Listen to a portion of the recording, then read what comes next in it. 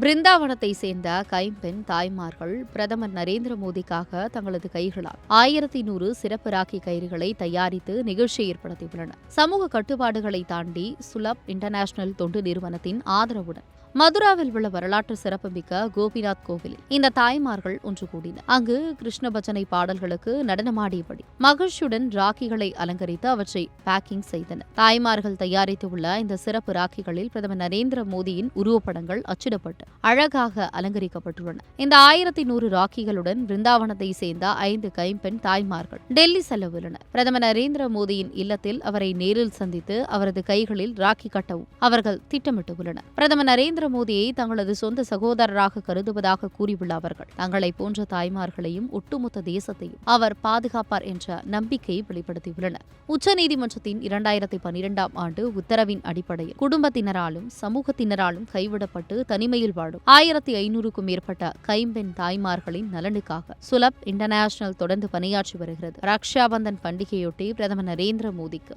இவர்கள் ஆண்டுதோறும் அன்புடன் ராக்கி மற்றும் பரிசுகளை அனுப்பி வருவது குறிப்பிடத்தக்கது.